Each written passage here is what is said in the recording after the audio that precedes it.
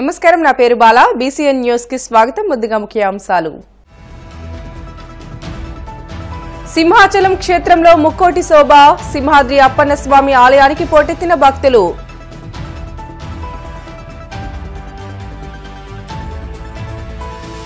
వైకుంఠ ఏకాదశి సందర్భంగా కిటకిటలాడుతున్న వైష్ణవ ఆలయాలు.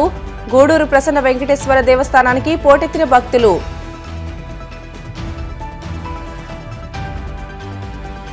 చంద్రబాబు ఉత్తరాంధ్రకి 2 లక్షల కోట్ల పెట్టుబడులు తీసుకువచ్చారు. అందుకే తిరుమల ఘటను వైసీపీ వాడుకుంటుందంటూ ఎమ్మెల్సీ పంచుమర్తి అనురాధ ఫైర్. తిరుపతి తొక్కిసలాట ఘటనలో కుట్రకోణం ఉందనే అనుమానాలు. శవరాజకీయం చేయడం వైసీపీకి అలవాటేనన్న TTD board member M S Raju. అత్యంత పవిత్రమైన ముక్కోటి ఏకాదశి రోజు ఉత్తర ద్వార దర్శనానికే అంతా ప్రాధాన్యత ఇస్తారు. ఈ నేపథ్యంలో ఈ రోజు తెల్లవారుజాము 3 గంటల నుంచి భక్తులు వైష్ణవాలయాలకు వెళ్లి ఉత్తర ద్వార దర్శనంతో ఆ దేవదేవుణ్ణి దర్శించుకుంటారు. ఈ క్రమంలో సింహాచలం క్షేత్రంలో శుక్రవారం తెల్లవారుజామున ఉత్తర ద్వార దర్శనం వైభవపేతంగా ప్రారంభమైంది. సింహాద్రి అప్పన్న స్వామి ఆలయ ఉత్తర గోపురంలో వైకుంఠనాథుడిగా భక్తులకు దర్శనమిస్తున్నారు. ఆలయ అనువంశిక ధర్మకర్త పోసపాటి అశోక్ గజపతిరాజు ఉత్తర ద్వార దర్శనం చేసుకున్నారు. ఆ దేవుడి పైన ధ్యానం ఉంటుంది కనుక ఆ వాలంటీరిజంని మనం పెంచాలని మేము ప్రయత్నిస్తున్నాము. అయితే మనకి ఫిట్స్ అండ్ స్టార్ట్స్లో అవుతుంది. అదే కంటిన్యూస్ ప్రాసెస్గా అవుతే మనకందరికీ బాగుంటుందని నా అభిప్రాయం. మనకందరికీ ఇప్పుడు ట్రస్టీస్ అనేసరికి ఇది మా సొంతది కాదు, మా అహంని పెంచడానికి కాదు, మనం ఆ సేవ చేయడానికి ఒక అవకాశం మాకు లభించింది. అలా స్వీకరించి మనం ముందు వెళ్ళాలని. ఏదైతే స్వామివారు మేము జన్మించే చాలా వందల సంవత్సరాలకి ముందునున్నారు. మేము చచ్చిపోయి మమ్మల్ని మర్చిపోయిన తర్వాత కూడా స్వామివారు ఉంటారు. అది ఆగకుండా మనం చేస్తా వెళ్ళాలి. మనకేంటో కానీ కొంచెం హికప్స్ వచ్చాయి. ఆ హికప్స్ రాకుండా చేయడానికి మనం ప్రయత్నిస్తా వెళ్ళాలి. అలా ప్రయత్నించి వెళ్ళాలని మా ప్రయత్నము. సహకరించే వాళ్ళందరికీ మా ధన్యవాదాలు. నా అదృష్టం ఏంటంటే ఒకప్పుడు కేంద్ర మంత్రిగా 4 సంవత్సరాలు పనిచేసే అవకాశం లభించింది. ఆనాడు ఈ ప్రసాద స్కీము కేంద్ర క్యాబినెట్ ఫార్ములేట్ చేయడం, దేశమంతా ఇవ్వడం, మనకి మన రాష్ట్రంలో కొన్ని దేవాలయాలకి ఆ ప్రసాద్ స్కీమ్ రావడం, కొన్ని దేవాలయాలు వారు రిపోర్టింగ్ ఇస్తారు కదా, ఆ రిపోర్టింగ్లో మనకి 100% అబ్జార్ప్షన్స్ శ్రీశైలం, 0% అబ్జార్ప్షన్ సింహాచలం అని ఇది పార్లమెంట్లో ఆన్సర్ అవుతే మాకు చాలా బాధ వేసింది. వైకుంఠ ఏకాదశి సందర్భంగా తిరుపతి జిల్లా గూడూరు ప్రసన్న వెంకటేశ్వర దేవస్థానంలో తెల్లవారుజామున ఉత్తర ద్వార దర్శనం వైభవంగా ప్రారంభమైంది. కర్నాల వీధిలో ఉన్న శ్రీ చెన్నకేశవ స్వామి దేవస్థానంలో స్వామివారు ఉత్తర ద్వారంలో భక్తులకు దర్శనమిచ్చారు. అనంతరం స్వామివారికి గరుడ సేవ సాంప్రదాయబద్దంగా నిర్వహించారు. భక్తులు విశేష సంఖ్యలో పాల్గొని స్వామివారిని ఉత్తర ద్వారం ద్వారా దర్శించుకుని గరుడ సేవల్లో పాల్గొని తీర్థ ప్రసాదాలు స్వీకరించారు.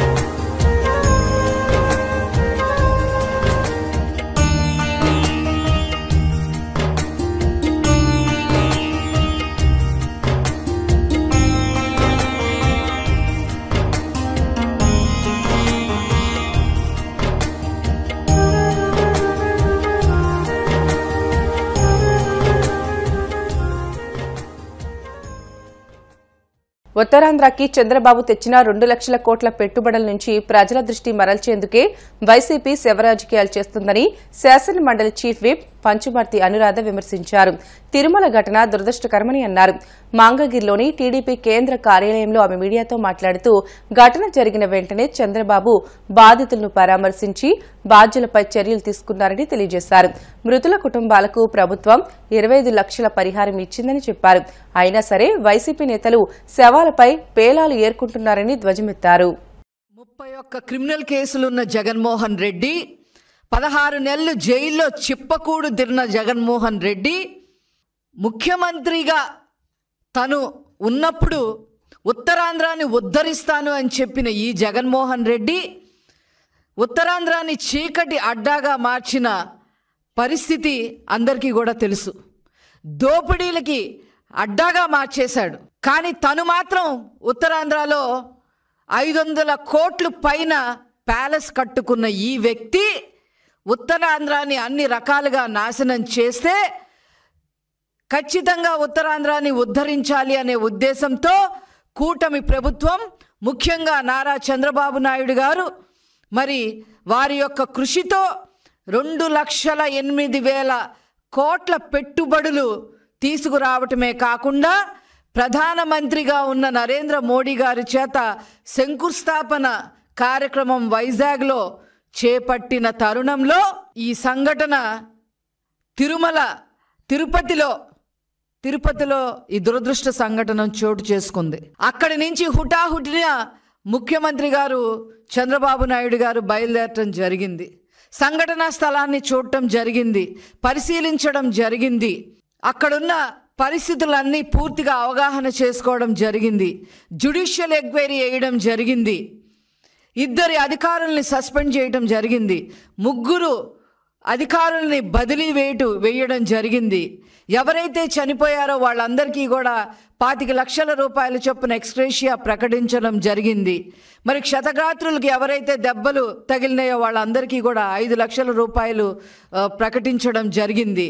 మరి పాక్షికంగా గాయపడ్డ వారందరికీ కూడా తిరుమలలో వైకుంఠ ఏకాదశి రోజు అంటే ఈ రోజు దర్శన భాగ్యం కూడా కల్పించడం జరిగింది.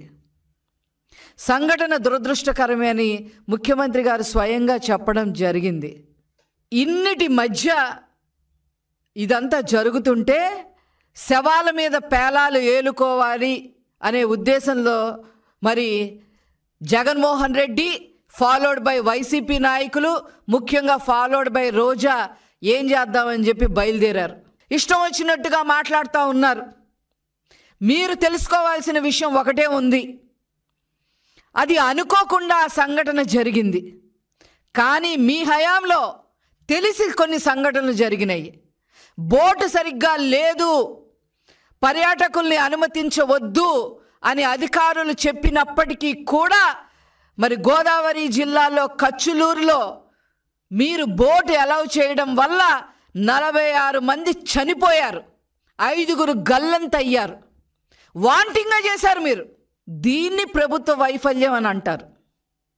ఈ కచ్చులూరు ఇన్సిడెంట్ని ఖచ్చితంగా ప్రభుత్వ వైఫల్యం అని చెప్పి అంటారు.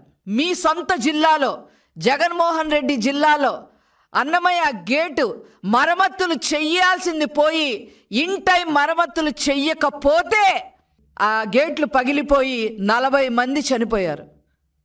మీ నిర్లక్ష్యం వల్ల చనిపోయారు. దీన్ని ప్రభుత్వ వైఫల్యం అంటారు. నిన్న జరిగిన సంఘటన ప్రభుత్వం అలా జరుగుద్దని ఏనాడు కూడా అనుకోలేదు. అధికారుల వైఫల్యం వల్ల జరిగింది. దానికి దీనికి చాలా తేడా ఉంది. వెంకటేశ్వర స్వామి గురించి వైసీపీ నాయకులు మాట్లాడటం చాలా విడ్డూరంగా ఉంది. తిరుపతి తొక్కిసలాట ఘటన చాలా బాధాకరమని TTD board member Madakasira MLA M S Raju అన్నారు. తిరుపతి ఘటనలో కుట్రకోణం ఉందనే అనుమానాలు వ్యక్తమవుతున్నాయని అన్నారు. కావాలని కొంతమంది అరుపులు సృష్టించి తొక్కిసలాటకు కారణమయ్యారని తెలుస్తుందని చెప్పారు. అందరికంటే ముందే వైసీపీ సోషల్ మీడియాలోకి వీడియోలు ఎలా వచ్చాయనేది దర్యాప్తు చేస్తున్నామని అన్నారు. శవరాజకీయం చేయడం వైసీపీకి ముందు నుంచి అలవాటని ఆరోపించారు. వైసీపీ సోషల్ మీడియాలో టీటీడీ ప్రతిష్టకు భంగం కలిగే విధంగా ప్రవర్తిస్తున్నారని మండిపడ్డారు. ప్రమాదవశాత్తు జరిగిన సంఘటనలను వైసీపీ రాజకీయాలకు వాడుకుంటుందని ఆక్షేపించారు. వైకుంఠ ద్వార దర్శనం కోసం టీటీడీ ప్రతిష్టాత్మకమైనటువంటి చర్యలు తీసుకున్నప్పటికీ గౌరవ చైర్మన్ గారు, ఈవో గారు, అడిషనల్ ఈవో గారు దాదాపు 20 రోజుల నుంచి భద్రత విషయంలో కానీ సామాన్య భక్తులకి ఎటువంటి ఇబ్బందులు కలగకూడదని చెప్పేసి అనేక చర్యలు తీసుకోవడం జరిగింది. అయినా జరిగిన సంఘటన చాలా బాధాకరం, దురదృష్టకరం. జరిగిన సంఘటనలో కుట్ర కోణాన్ని కూడా ప్రభుత్వం దర్యాప్తు చేస్తూ ఉంది. సామాన్య భక్తులు ఒక వృద్ధురాలు ఆయాసంతో ఇబ్బంది పడుతుంటే సిబ్బంది సహకరించి ఆమెను కాపాడే ప్రయత్నం చేస్తున్నటువంటి క్రమంలో కావాలనే కొంతమంది అరుపులతో తొక్కిసలాట జరగడానికి కారణమయ్యారనేది ఒక వాదన ఉంది. ఎవరు ఈ ప్రయత్నం చేశారనే ఉద్దేశంతో ప్రభుత్వం దర్యాప్తు కొనసాగిస్తూ ఉంది. ఖచ్చితంగా కుట్ర కోణాన్ని కూడా సీసీ ఫుటేజులు అన్ని అధికారులు పరిశీలించడం జరుగుతుంది. కుట్ర కోణాన్ని కూడా ఉంటే బహిర్గతం చేయడం జరుగుతుంది. వైకుంఠ ద్వార దర్శనం కోసం ప్రపంచంలో ఉన్నటువంటి శ్రీవారి భక్తులు, వెంకటేశ్వర స్వామి భక్తులు ఈ రోజు కోసం ఆ ద్వారం గుండా వెళ్ళి ఆ భగవంతుని దర్శించుకోవాలని చెప్పేసి కోట్ల మంది భక్తులకు ఉంటుంది. వాటిని దృష్టిలో పెట్టుకునే టీటీడీ తిరుపతిలో 9 కేంద్రాల్లో 9 ప్రాంతాల్లో 90 కేంద్రాలను ఏర్పాటు చేసి టోకన్లు జారీ చేసేందుకు ఏర్పాటు చేయడం జరిగింది. అదేవిధంగా తిరుమలలో కూడా ఏర్పాట్లు చేయడం జరిగింది. అయినా సరే ఈ సంఘటన జరగడం చాలా బాధాకరం. బాధితులు ప్రాణాపాయ స్థితిలో ఉంటే నిజంగా సామాన్య భక్తులైతే వారిని కాపాడే ప్రయత్నం చేస్తారు. కానీ వీడియోలు తీసి అందరికంటే ముందు వైసీపీ సోషల్ మీడియాలోకి ఎలా వచ్చాయనే కోణంలో కూడా దర్యాప్తు కొనసాగుతూ ఉంది. Game changer pre release event కు హాజరై ఇంటికి తిరిగి వెళ్తున్న సమయంలో కాకినాడ జిల్లా గైగోలుపాడుకు చెందిన మణికంఠ చరణ్ రోడ్డు ప్రమాదానికి గురై మరణించిన సంగతి తెలిసిందే. రంగంపేట మండలం ముకుందవరం గ్రామం వద్ద ఈ ఘటన జరిగింది. ప్రమాదం జరిగిన కాకినాడ రాజమండ్రి మధ్య ప్రమాద స్థలిని డిప్యూటీ సీఎం పవన్ కళ్యాణ్ ఈ రోజు పరిశీలించారు. ఏడీబీ రోడ్డు మీదుగా పిఠాపురంకు వెళ్తున్న పవన్ మార్గమధ్యంలో ఉన్న ఆ ప్రాంతాన్ని పరిశీలించి ప్రమాదానికి గల కారణాలను అధికారులను అడిగి తెలుసుకున్నారు. బులెటిన్లో షార్ట్ బ్రేక్ తీసుకుందాం. Stay with us.